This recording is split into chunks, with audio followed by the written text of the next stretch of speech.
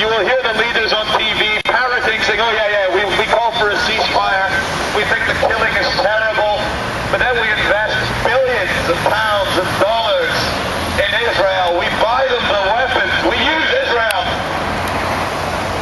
as an aircraft base, as aircraft carrier number 5 in the world, to keep ordinary peasants down in the name of economic imperialism.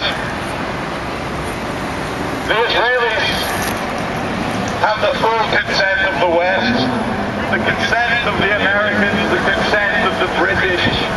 Look into it. Don't take my word for it. It's all in the public domain if you bother to look for it outside the mainstream channels, which have to sell advertising. And the truth doesn't really help to sell products, does it? So you have to look to people who do not have a vested interest in telling you information. As I say, hardly a constructive peep for morality from the building before me against the concentration camp that Israel has turned the Gaza Strip into. How can a supposedly civilized people prevent refugees from leaving a heavily bombed area? No refugees out of Gaza, no journalists into Gaza. It's a perfect killing field. One must ask the devil, because surely God knows not why man is doing this to fellow man. In Iraq, a decade of sanctions, half a decade of imperialist occupation has brutalized the people of Babylon into living without water, electricity, freedom, or rights, or dignity. Every family in Iraq has lost someone in this current war, but it's for freedom, isn't it? You gave up your mother, your brother, your father for freedom, because that's what they tell us. Countless children in the Middle East and around the world grow up with a deep hatred of the West, as any of you would, or I would, if a family member had been killed by occupying forces. It's natural.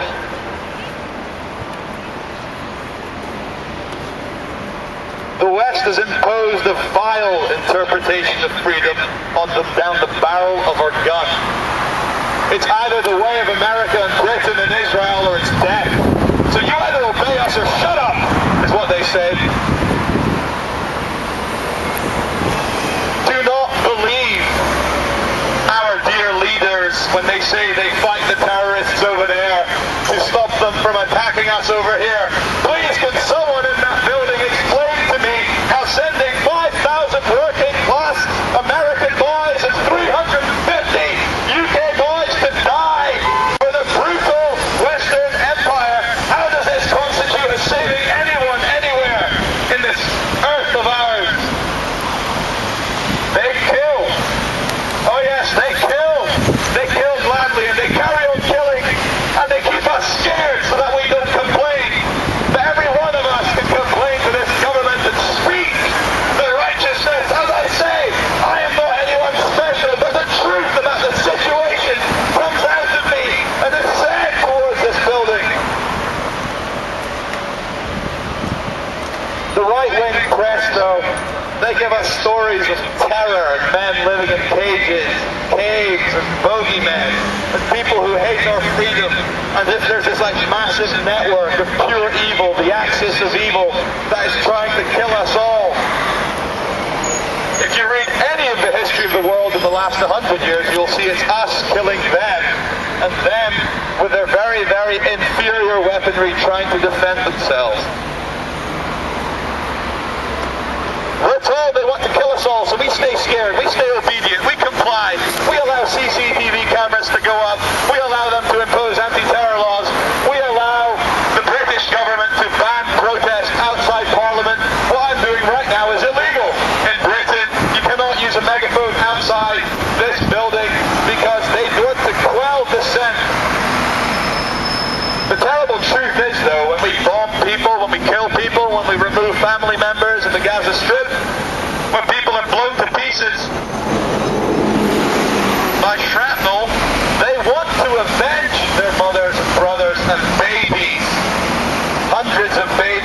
Gaza and Iraq. Just look at the banners behind me. That is the truth. This is the real terror. An eye for an eye. People wanting to defend their homeland against imperialist crusades that the West is doing. That is the real terror, that we keep perpetuating the cycle of violence. And believe me, it's us that perpetuates this cycle. Bombing civilians in great numbers give them nothing to live for except revenge. It's a natural human instinct. Do not believe the lies. There is not a giant network of terror wanting to kill you. We are the ones colonizing and increasing the empire of the West in their countries.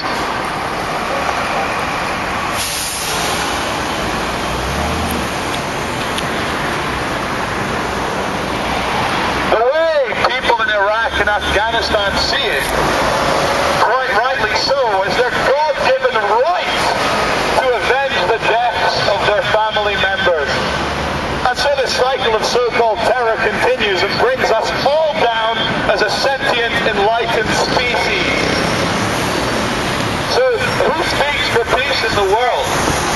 The governments? The multinational arms companies? The shareholders? No. You, the people, speak for peace in this world.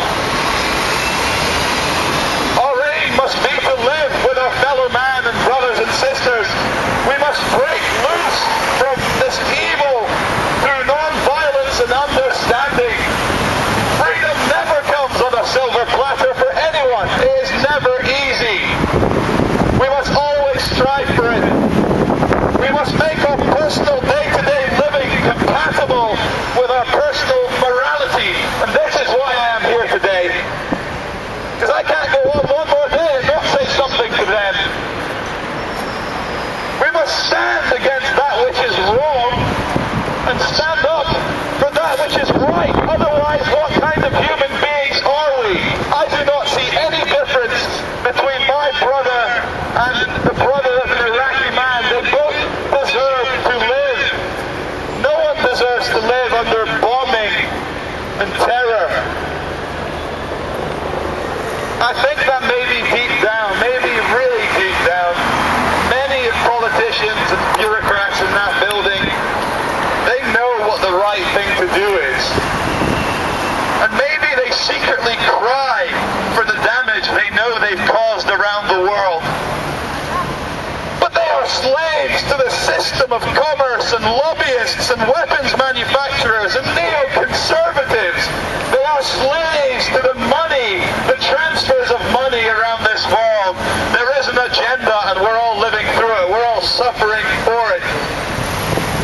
I ask God to give them the strength to disobey and rip off their collars and walk away. What kind of human being are you unless you walk away from the killing and do not take part in it? Sometimes the operation of the machine becomes so disgusting that you must use every limb of your body to throw yourself against the machine and say, this machine will not carry on. In the end, though, only we the people, though, can fight this struggle for the freedom of people around the world, because our governments have never done, and they never will, perhaps, unless we change things, even to our own detriment. Even if it affects our lives, and we're arrested, and barcoded, and put in cages, you stand up for what you believe in, otherwise your soul is damaged. We must do this not only because it is the right thing morally, but because otherwise we take part in murder and we lose our souls bit by bit with every bomb and bullet we send to the developing world in the name of greed and apathy. I say shame. I say shame on all the politicians who allow the world to go the way it goes with their selfish quests for power and political gain. Very few and far between are the voices of reason, and as you see, they never rise through the political ranks.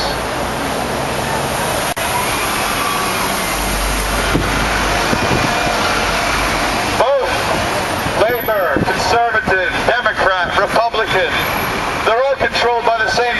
of economic might. Every single politician that tries to rise to the top of power is vetted by the secret forces that don't want you to see the truth. Shame on all of you, and you will lose, because as good men and women will never bow down in great enough numbers for you to control us all. Enough of us will shine the light of truth as a beacon for others to join and stand up against imperialism and stand up for humanity. Oh God, we shall polish our rusty blades of love and morality and thrust them into the gut of greed